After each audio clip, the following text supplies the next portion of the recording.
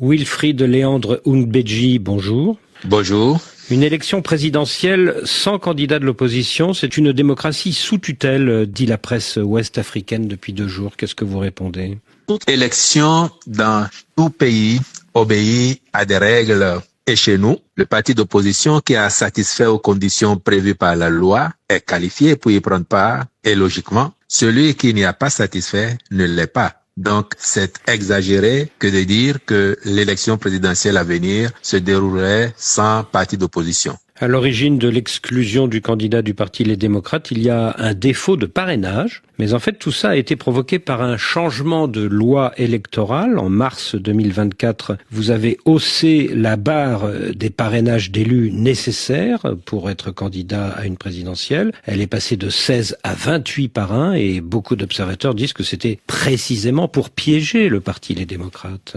Vous parlez d'exclusion. Il est curieux que, nonobstant les dénonciations de membres éminents du parti contestant la gestion qui en est faite par son président, certains continuent de parler d'exclusion. Nonobstant aussi les déclarations de son poulain, M. Renaud Agbojo, faisant état de dysfonctionnements internes qui lui auront coûté sa qualification à la présidentielle. Et donc, dans ces conditions-là, je crois qu'il faut davantage interroger les mécanismes de gestion interne de ce parti plutôt que de chercher un bouc émissaire pour justifier ses déboires. Les difficultés de gestion du parti à l'interne, conformément à ce qui est entendu des déclarations de certains de ses membres éminents, qu'ils soient députés, que ce soit M. Agbojo lui-même, qu'ils soient des membres ordinaires, sont plutôt la cause de ces déboires actuels et il ne faut pas chercher loin un bouc émissaire pour justifier son absence de cette présidentielle à venir. La loi qui a été révisée en 2024 a fixé un seuil de parrainage dont dispose le parti et a pris le soin de sécuriser les parrainages en interdisant la transhumance des élus et de sorte que le parti avait toutes les cartes en main pour se désigner un candidat tant qu'il pouvait remplir les conditions. Oui, mais franchement, Wilfried Oungbedji, cette loi qui a haussé la barre des parrainages, est-ce que ce n'était pas aussi pour mettre en difficulté vos adversaires, tout simplement? Non, il n'y a rien à y voir. Monsieur Babouvier, n'oubliez pas qu'en contexte béninois, nous avons entrepris depuis quelques années maintenant de faire des réformes pour normaliser notre démocratie, remettre les partis politiques au cœur du jeu démocratique, mais surtout en les amenant à grandir, à grossir. Parce qu'il est un constat que de 1990 à 2016, aucun parti politique au Bénin n'a jamais réussi à conquérir le pouvoir d'État. La faute à leur balkanisation, je veux dire émiettement trop poussée. Et là, les réformes leur demandent de se regrouper, de faire advenir de grands partis, des partis nationaux, des partis de gouvernement au Bénin. Et la seule logique qu'il y a derrière ces réformes, c'est effectivement d'encourager les acteurs à se regrouper. Et les conditions fixées sont les mêmes pour tout le monde. Donc à l'origine, c'est bien un objectif noble et louable qui pousse à la révision ou l'actualisation des lois. Et il appartient à chaque acteur politique majeur de travailler à s'y conformer. Mais tout de même, jusqu'en mars 2024, il suffisait de 16 parrainages. Depuis mars 2024, il en faut 28, ce qui correspond exactement au nombre d'élus dont disposait le parti Les Démocrates dans la dernière Assemblée nationale. Ça ressemble tout de même à un piège, non ?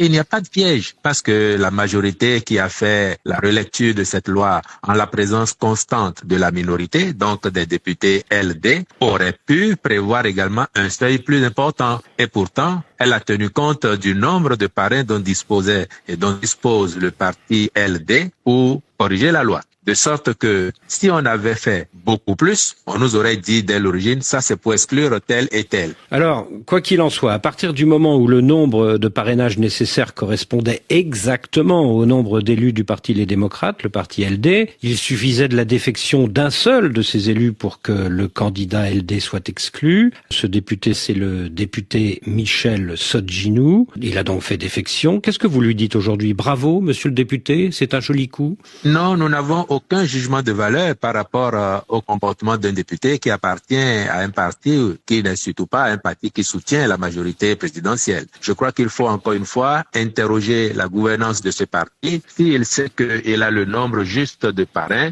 à mon avis, il fallait adapter sa gouvernance de façon à contenter les uns et les autres et faire en sorte qu'à l'arrivée, il y ait une médiane qui rassemble toutes les tendances au sein du parti. En tout cas, cette défection de ce député Sotjinou, ça vous arrange bien, non? Non, nous prenons acte tout simplement. Nous, on ne demandait pas tant que ça, parce qu'on s'est préparé avec la qualité de notre gouvernance dont les résultats sont indiscutables. Nous nous sommes préparés par ailleurs avec la désignation d'un candidat au profil éloquent à battre n'importe quel adversaire que nous aurions eu en face de nous. Alors vous allez en effet présenter votre ministre des Finances, Romuald Wadani. Vous dites que vous n'avez rien à voir avec ce député d'opposition qui s'est rétracté, Michel Sotjinou, mais l'ancien président Boni Yayi, il n'est pas du tout d'accord avec vous. Il dit au contraire que vous êtes entré dans une campagne de débauchage pour déstabiliser le parti Les Démocrates. Oh, je crois que cela ne devrait pas étonner ceux qui connaissent et qui ont vu à l'œuvre l'ancien président Boni Yayi pendant les 10 ans à la tête de notre pays, car ils se souviennent que lorsqu'il y a de bons points à prendre, c'était toujours son mérite à lui tout seul. Et quand ça n'allait pas, il n'est jamais au courant, ou alors l'enfer, c'est les autres. Comme le naturel revient toujours au galop, on peut toujours constater logiquement que l'homme, il est resté ce qu'il est, jamais responsable de ce qui ne va pas. En somme, c'est en vain, me semble-t-il. Il cherche loin les responsables des déboires de son parti, car avec ce que l'on voit depuis quelque temps, ce serait un euphémisme d'affirmer que le verre est dans le fruit, car visiblement, c'est un très gros verre et le ronge de l'intérieur. Et ça, nous n'avons rien à y voir. Mais ce député Michel Sotjinou, il ne va pas bénéficier désormais d'avantages matériels pour ce qu'il a fait?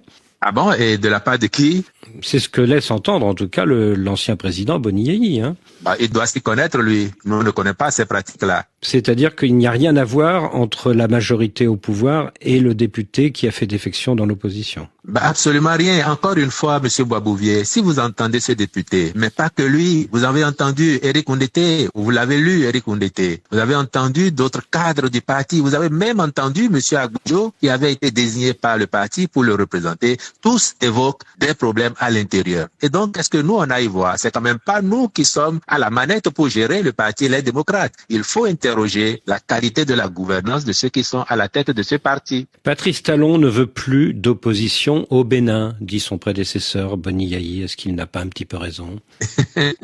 Ouais, ça fait rire. Monsieur Talon finit dans 7 mois et c'est pour 7 mois qu'il ne voudrait pas avoir d'opposition alors que pendant plus de 9 ans, il a affronté l'opposition en ce qu'elle avait de plus perverse ici. Et j'imagine que, comme le président de la République l'a dit face aux jeunes qu'il a rencontrés le 28 juillet dernier à Cotonou, il faisait la réflexion qu'il souhaiterait bien qu'après lui, la classe politique trouve moyen de se mettre ensemble pour promouvoir le développement du pays. Parce que il a rappelé que les confrontations entre lui et son prédécesseur, les querelles qui retardent même le développement, une fois qu'il serait parti de la scène, il n'y aurait plus de raison pour ceux qui viendraient après de s'accrocher. En 2021, vous avez fait arrêter la candidate du parti Les Démocrates, Rekia Madougou, qui a pris 20 ans de prison et qui y est toujours. Pour 2026, la justice a exclu le candidat du même parti Les Démocrates, Maître Agbodjo. Est-ce qu'il n'y a pas un peu d'acharnement contre ce parti? Premièrement, les personnes qui ont été interpellées et qui sont en prison après avoir été jugées se sont rendues coupables de faits attestés et étayés par la justice. Secondement, la justice n'a pas exclu le candidat du parti Les Démocrates. Le parti Les Démocrates n'a pas rempli les conditions fixées par la loi pour avoir un candidat à la présidentielle. La justice a fait que constater le défaut pour ce parti de remplir les conditions exigées par la loi. Et dans toutes les démocraties, c'est ce qu'il se passerait. Si dans les pays occidentaux, un parti majeur n'arrivait pas à remplir pour une raison ou une autre les conditions fixées par la loi pour prendre un scrutin et que le constat était fait, faisant en sorte que ce parti ne puisse pas participer à l'élection, il ne viendrait à l'idée d'aucun démocrate, d'aucun responsable avisé de dire que c'est la justice qui a exclu ce candidat. On dira plutôt que ce candidat n'a pas été à la hauteur de ses obligations par rapport à ce que la loi a prévu. Et donc c'est la même chose qui se passe ici. Le parti LD n'a pas été à la hauteur et n'a pas pu remplir les conditions fixées par la loi. Les opposants Rekia Madougou et Joël Aïvo en prison depuis 4 ans et demi maintenant, est-ce que ça ne fait pas beaucoup? Oh, la justice a rendu une décision. Ils ont été condamnés à une peine qui est en cours d'exécution.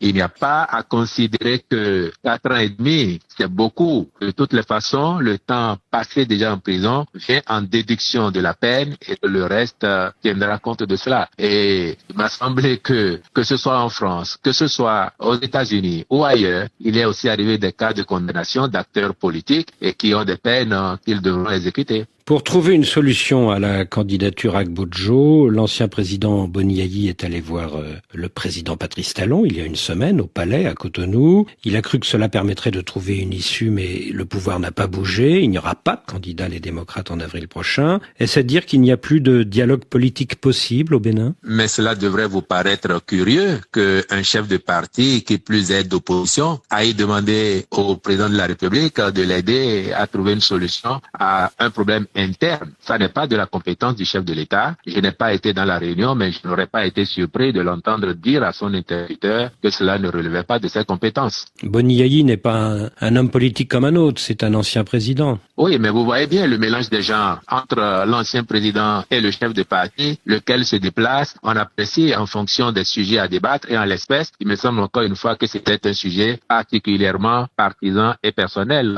aux démocrates. Donc pas de solution politique sur la candidature Gbodjo. Je crois que la solution n'est pas de notre côté. Le parti aurait dû prendre toutes les mesures pour s'éviter les déboires qu'il connaît actuellement. Wilfried Léandre Ounbedji, je vous remercie. C'est moi.